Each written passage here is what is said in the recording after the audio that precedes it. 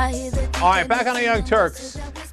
A lot has happened over the weekend, and I want to wrap it up for you. There's some big ones like the DREAM Act, the START Treaty, and Don't Ask, Don't Tell that we talked about. We got one clear win there with Don't Ask, Don't Tell. Now, there's some smaller provisions and bills that are going forward, and we'll see how they turned out. First, there was a food safety bill trying to make sure that we actually check in on how our food is inspected to make sure that we don't get sick, our kids don't get sick, E. coli, etc. Many outbreaks recently. That's partly because the regulations on it have been incredibly soft over the last 10, and honestly, for the last 30 years, it's been getting weaker and weaker.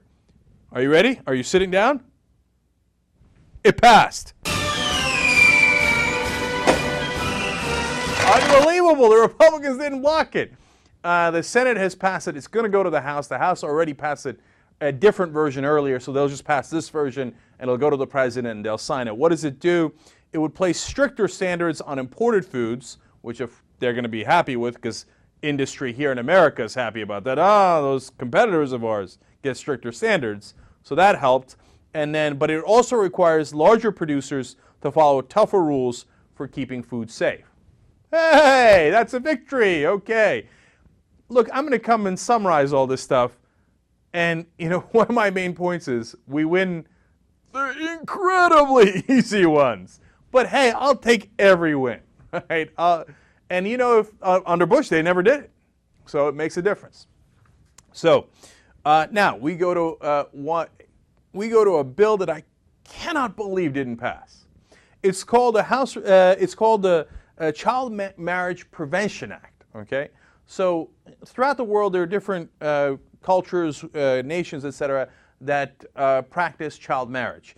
Girls as young as 10 years old being married off to people who are significantly older. Right? Now, we report on some of these cases, and some of them are beyond outrageous. Now, it applies to girls under the age of 17. That gets into some cultural differences. And so I think if you made a substantive charge on this and said lower the age or something along those lines, those might be interesting comments to this bill or reasons to be opposed to this bill. But all of the top human rights groups in the world, not just in America, but throughout the world, are in favor of this bill. Bishop Desmond Tutu, for example, Archbishop, says, you've got to pass this. It's incredibly important in our battle to combat this phenomenon, because these girls are obviously being sent off at a far too young age, and obviously some people are taking advantage of them, and we need to stop it. So, and it seems like, come on, it doesn't get any easier than this. What, are people going to vote against this?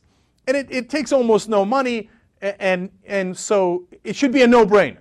In fact, it was when it came to the Senate, shockingly enough. It passed unanimously. They introduced it, and then by voice vote, they said, okay, all right, we're all on board. In fact, it was co-sponsored by Olympia Snowe, who's a Republican. But get a load of this. It actually had 42 co-sponsors, introduced by Olympia Snowe, as well as Dick Durbin. But among the co-sponsors is Roger Wicker from Mississippi and David Vitter from Louisiana. Easy, super easy. So what happened? Did it pass? Of course not. It goes to the House, and even though it's got 112 co-sponsors in the House, also partly introduced by Andrew Crenshaw, a Republican of Florida, and has a lot of Republican support, no, at the last second the Republicans changed their mind and vote no on it. So I said, all right, that's fascinating. Why, right? So they list a couple of different reasons. The first one is it costs too much. Are you ready for how much it costs? $67 million.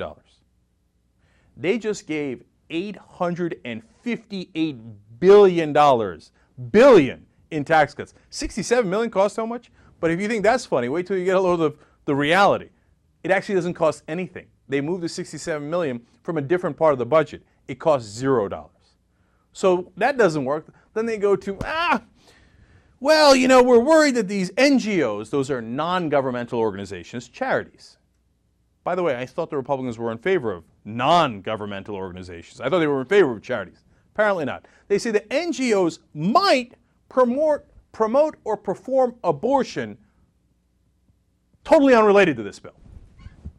This bill isn't about abortion. It's not even, there's nothing about birth control. This bill has nothing to do with it. It doesn't go to NGOs that do that at all. It goes to other NGOs. Well, All these NGOs are do-gooder humanitarian charities. Insanity, man. The real reason is, one, yeah, they don't like the NGOs because they think some charities in the world actually help people, like they give out condoms so they don't catch AIDS. They hate that, right? Some they think helping getting women a safe and legal abortion. They hate that. Some, not these, right? And plus, they just want to block everything Obama says. Everything, right? So they killed it. Look, one Republican was so frustrated, and this is, for them to break ranks like this is shocking. Representative Steve LaTourette from Ohio got up and spoke in disbelief. Let me give you quotes. He said, look, there's, quote, no new money here. We would have moved the money so the societies that are coercing young girls into marriage, we could build them latrines so they can go to school, or we can make sure that they stay in school so they're not forced into marriage at the age of 12 or 13. But all of a sudden there was a fiscal argument. When that didn't work, then people had to add an abortion element to it. Look, this is a partisan place. I'm a Republican. I'm glad we beat their butt in the election. But we're going to be in the majority next year. But there comes a time when enough is enough. And McCollum's bill was a good bill last night. We should stop the nonsense, approve the bill, and move on. That's a Republican saying that. This is partisanship at its absolute worst.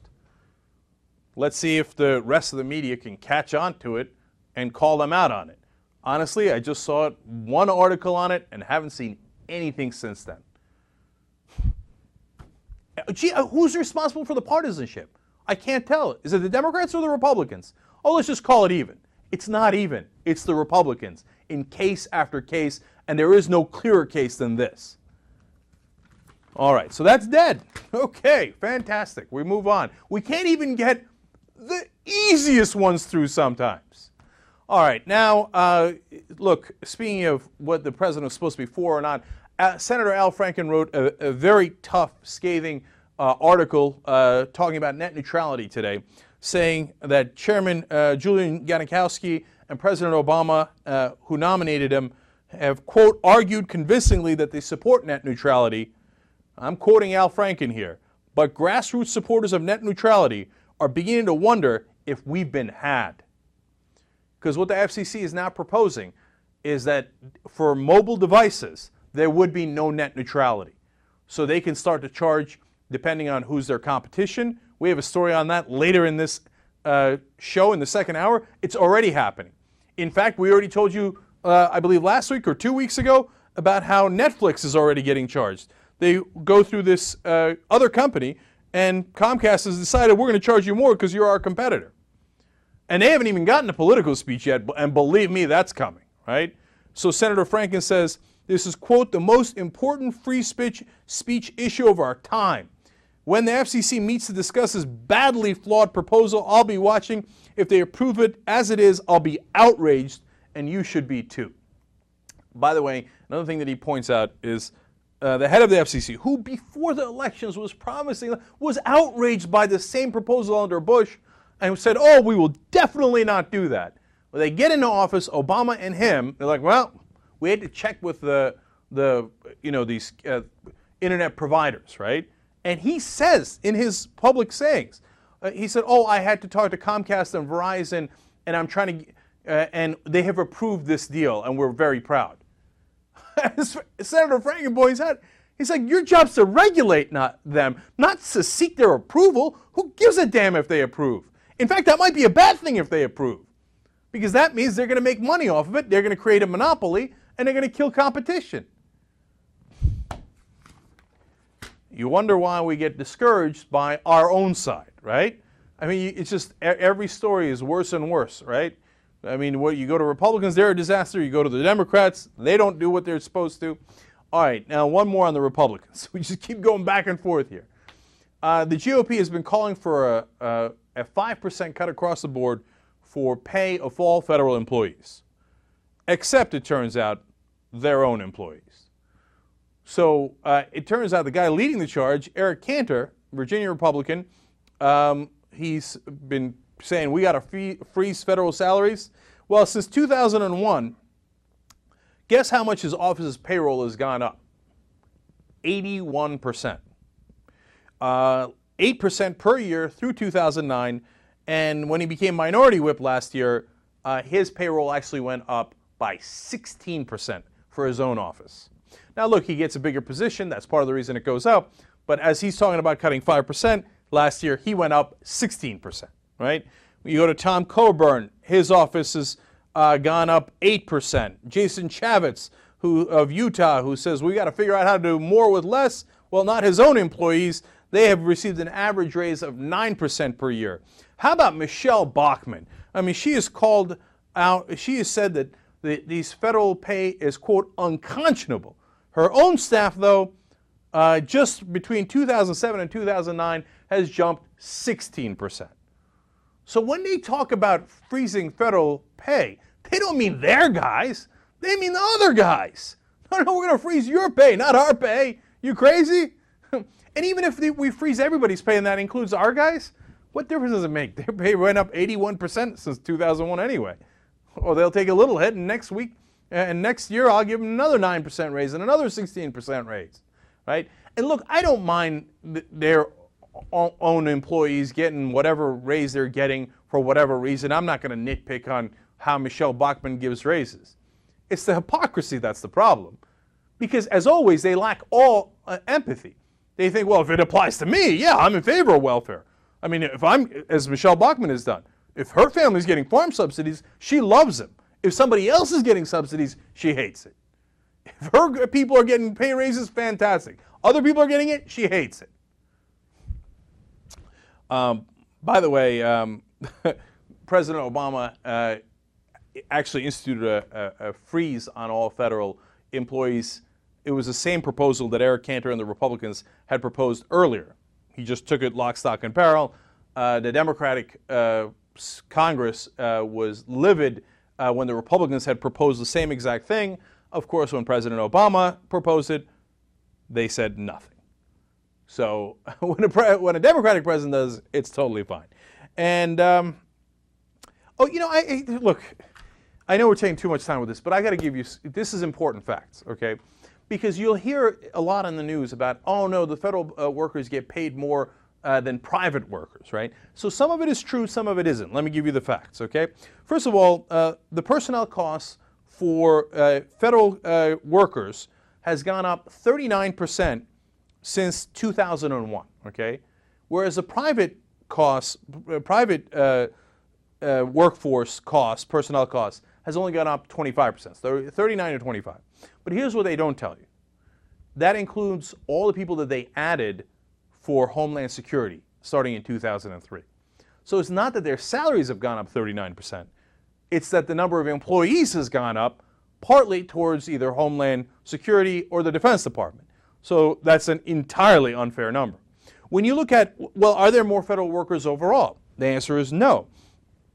In 1988, there was one federal worker for every 110 residents of the United States. Today, there's one for every 155 residents, meaning that the proportion of federal workers has gone down significantly, okay? So that is also not true. And then how about the salaries? Well, it turns out that the government does pay higher rate than the private sector when you look at it in its entirety, federal workers versus private workers, right? Now, of course, the question is why? Well, it's because the government has more professional workers, engineers, lawyers, doctors who, for example, serve at the Veterans Administration. That's the highest average they have of all federal workers, the doctors who work there. And so you're comparing apples and oranges. In the private workforce, there's guys who work at fast food restaurants, et cetera, and that brings down the average. So when you look at just similarly high-skilled jobs, whether they're in public or private sector, according to a 2002 study by the Congressional Budget Office, for 85% of those, the pay at the federal level was 20% less. 20% less for federal workers at similar jobs as private workers. So all that propaganda you hear about people getting rich off the federal government, look, if you break it down position by position, I might agree on some of it, right? And I might disagree on others. But the overall propaganda is just not true, as you see in these numbers. All right. I am taking way too long today. There's too much I want to tell you. All right. Look, let me do a summary here, okay? So today, Harry Reid sent out a press release saying all the things that were accomplished in the 111th Congress.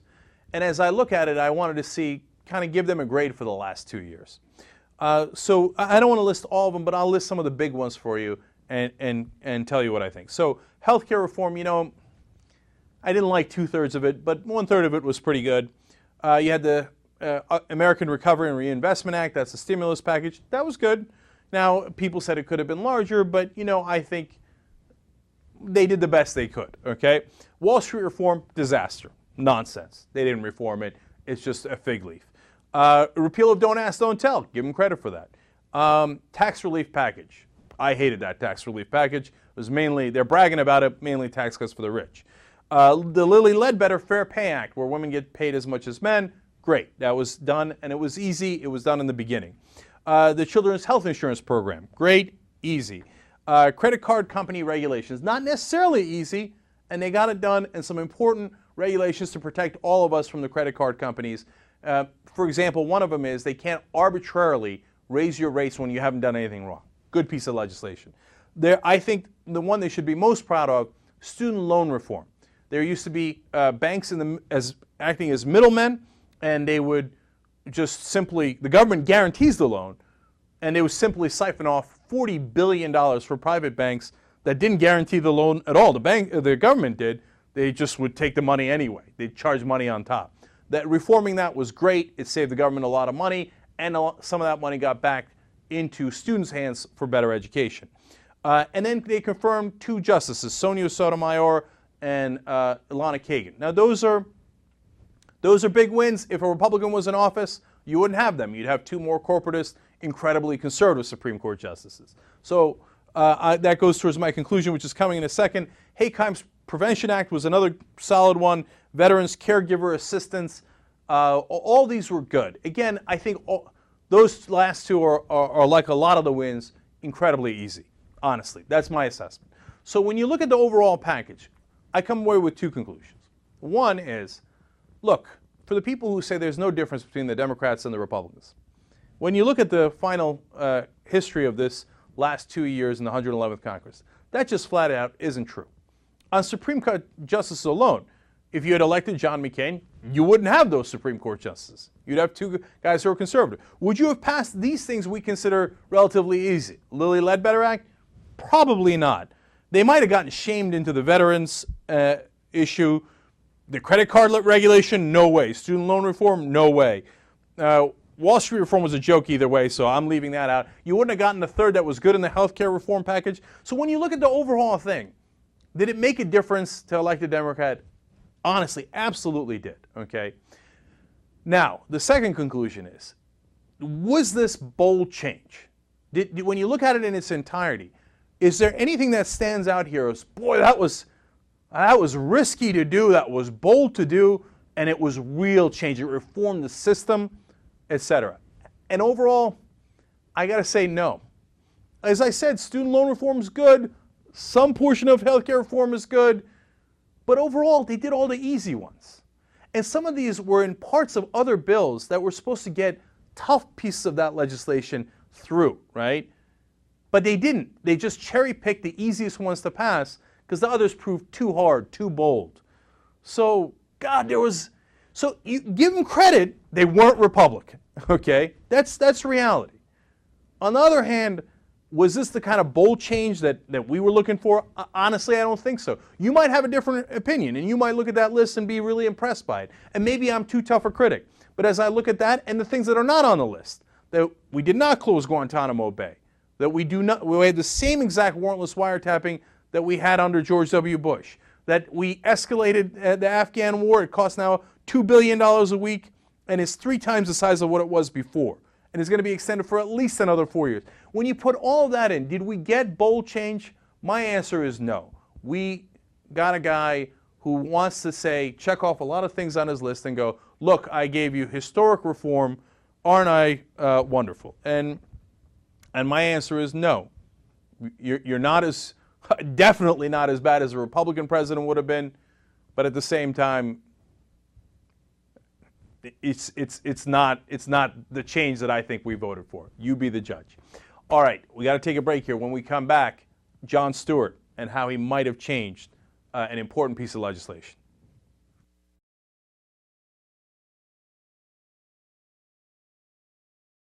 What you gonna do with it? I can give it to you for what?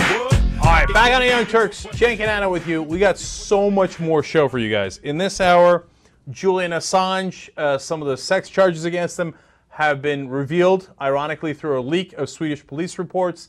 We will tell you the details and then judge to see if he's guilty or not guilty. Always fun on TYT. Ben Mankiewicz was spoofed on Saturday Night Live. We have that for you at some point in the show. In the post-game, one rap about the Young Turks, one rap about Anna by one of our viewers. That's awesome.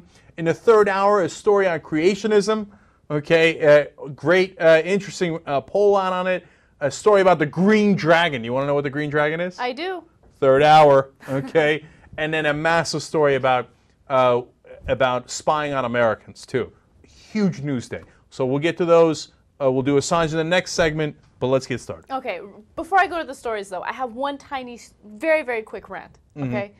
I went to the gym today. I took a spinning class. I hate spinning, but sometimes on Monday it's okay because the instructor plays techno music, so I get into it. However, there was a sub in today, and the sub played gospel music the entire hour. Well, that's fun, isn't it? But shouldn't there be laws against that? How about laws against the people with the techno music for the people who don't like that? No. Here's the thing. You need to be pumped when you're spinning. Oh, you're not like sing a little prayer for you. You don't want. That's not bad. That's pumping. No, that doesn't get my heart racing. It doesn't make me want to, pump it out. Or pump it up. I don't think that you're supposed to pump it out to gospel music. That's what I'm saying, exactly. Okay, in a matter of speaking. Anyway, that's my quick rant. But I actually also have a rant, okay? But I'm going to save it for some other time. I might vlog it out or something on the top vlog. Because I saw King's Speech, which is really highly regarded by the critics, and I have a massive problem with it. Okay, that sounds massive good. problem. We'll put that on the top vlog at some point, okay? All right. What's All right. Let's start with an update on a story we did on Friday or Thursday, I believe. The school shooting in Florida. If you guys can remember, there was one woman on the school board who was asked to leave by the gunman. His name was Clay Duke. And after she left the room, she snuck back into the room and attacked the gunman with her purse. Badass. Right? Now, when she attacked the gunman, she did not disarm him, but thankfully she didn't enrage him to the point where he shot at her or anything like that. So she left the situation unharmed. However, now she is auctioning her purse off for charity. God bless America. Okay. I mean, honestly, I didn't even think about it, but as soon as I read the story, I was like, of course it's going to get auctioned off. It's Right. America. And I just checked to see how much people are bidding for it at this point. You're not going to believe it. Take a guess. You have to take a guess.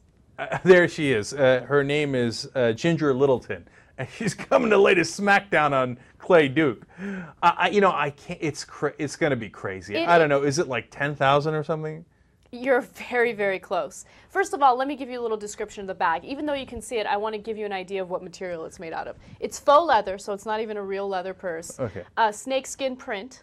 Okay. And a little last season, in my opinion. I'm just You're kidding. the worst. By the way, I'm totally kidding about that. I don't know if it was last season or 10 seasons ago. It doesn't matter. Oh, even worse. Okay, all right. All right, its auction is now at, or the highest bid is now at $9,300. Hey, not a bad guess by me. And it's still got time for people to bid on it. But they say that it's going to go to a charity run by the security guard, actually, the district security chief, I should say, who wounded the gunman before he killed himself. And that guy's name is Mike Jones. Mike Jones. Mike Jones? Mike Jones. Am I doing it right? I doubt it. All you gotta say is who, Anna. Oh yeah, let's do it again. You're the worst. Mike Jones. Who? Mike Jones. Who? You're the worst. Okay. All right. There you go. All right, I got a little supply story for you. Uh-huh. So one of our viewers went on our website, wrote in our forum about how Dutch officials are now trying to ban foreigners from purchasing marijuana in their coffee shops. Okay. And I thought we should do a story on it. It's a really important story. Good, God bless. Okay, so the European Union just said that it is legal for Dutch officials to shut down coffee shops that sell marijuana to foreigners. So basically, Dutch officials are trying to do whatever they can to stop what they call drug tourism, people who are going to the Netherlands just for the purchase of marijuana. By the way, just pause here to think about what different countries are known for, right? People go to the Netherlands to buy pot. We did a story at the end of last week about how Mexican drug cartels are coming to the United States to buy guns. Now, what would you rather have? Okay, I mean, it's ironic, right? Because they need the guns to sell the illegal pot in the U.S. Okay, I'd rather be known as a country that gives out pot than the country that gives out guns to cartels. Right. So this story done by USA Today focuses on one town called Maastricht. Yeah. I looked up pronunciation of it, and that's the correct pronunciation. I'm sure it is. How the Dutch people say it. Maastricht. No, Maastricht. Maastricht. No, but that's how they said it. All right. Anyway, it turns out that they have over 10,000 tourists a day just for marijuana. But so what? God bless. Doesn't that stimulate your economy? And stimulate other things. Would you rather have no tourists at all? I mean, do you think people are going to come to your little town if you don't sell marijuana to these tourists? If you weren't selling marijuana, let me tell you the number of people that would come to Maastricht. -7. Okay, that's how many people would come there. People would leave. Okay, now having said that, look, I know that they're concerned about it going to countries where it is illegal. If I was the Netherlands, I'd think, well, you know what? Then you guys should make it legal too. If not, sad day for you, we get the revenue. That's what I would think. But I know they're going to have trouble in the European Union with other countries, so they have to do this. But look, I say go to Maastricht. Anyway. Maastricht. Okay. Cool it. Okay, sorry. By the way, really quick point on That the almost sounds Netherlands. like something that happens when you smoke pot. Like, I don't know. I don't know. I don't know much about smoking pot. But okay, anyway, yes. It turns out that, especially in Amsterdam, marijuana actually isn't legal at all. It's actually illegal. However, the police enforcement there do not enforce the law. You know, they just kind of turn the other way and allow it to happen. I didn't know that. I thought it was legal, but. Oh, my bad. To the good folks in Amsterdam, didn't mean to break your laws. By the way, just, you know, here's another quick side note, right? So, you remember I met the International Jones at, like, last Sunday or something? He's a rap star, apparently. Oh, that's right. Okay, except I tried looking him up later, and I was like, But I love how he totally duped Grandpa Jenk. Like, you guys will never believe who I met. I met International Jones. I didn't say that. I said, does anybody know him? You teased that in the post-game show you would talk about the 3 celebrities you met over the weekend. Okay, I said, all right, so one of them was a maybe celebrity. And I said, look, it's the International Jones. And JR said, who? I said, International Jones. He said, who? Anyway, so I did a search of the International Jones. And you know what's funny is when you type in Google the International, you know what the word that comes up is? Jew. What? And I'm like, who's searching the International Jew? But apparently that's like some Zionist cabal conspiracy thing about the International Jew. And then I was like, hey, they're leaving out the parochial Jews. What's wrong with them? The rural Jews? I guess they're okay. They're not causing much trouble. The problem is those cosmopolitan ones. The International Jew. Okay, that's your random side story of the day. Okay, I could have vlogged that one out too. Anyway, well, all right, so what's next?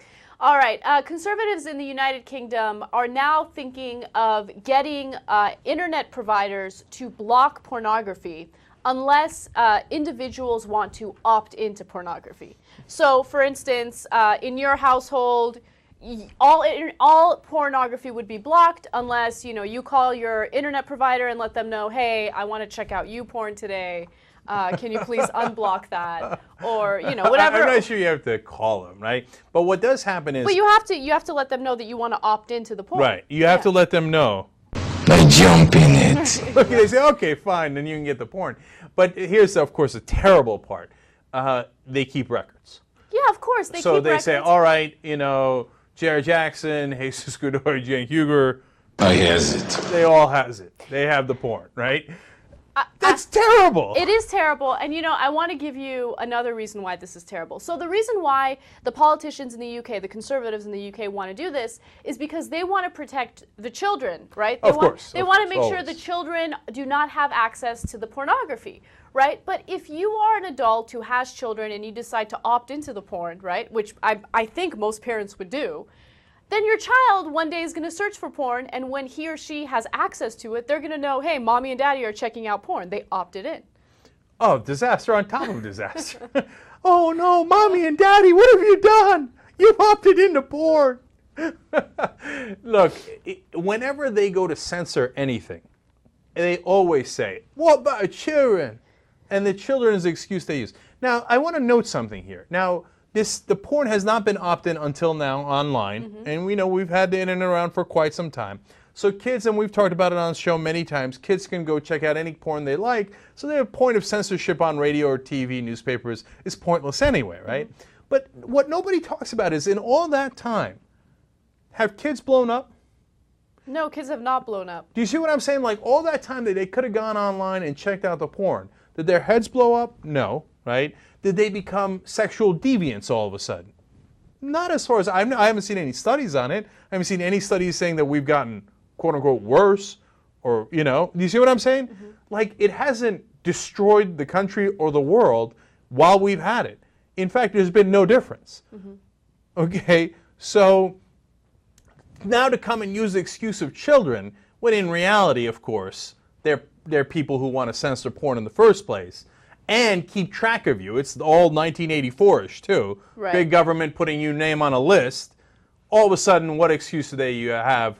The children. What about children? And also, what do you define as porn, right? And that's something that this article talks about.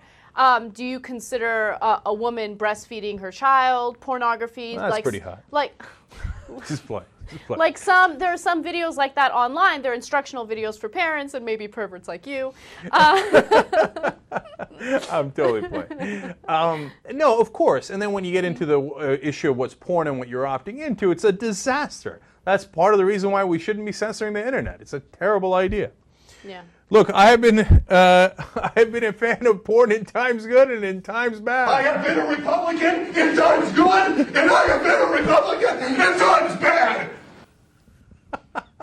You can't ever get enough of Phil Davison. All right, can you tell I'm against the porn block? I can tell. All right, in the third hour, like I said, there's a new great report actually by the Washington Post of all things, explaining how they're keeping track of citizens who've done here in the United States who've done nothing wrong, and they have files on people. They have 169,000 files. It's crazy. Okay, we'll do that in the third hour. When we come back, Julian Assange, guilty or not guilty? TYT Supreme Court.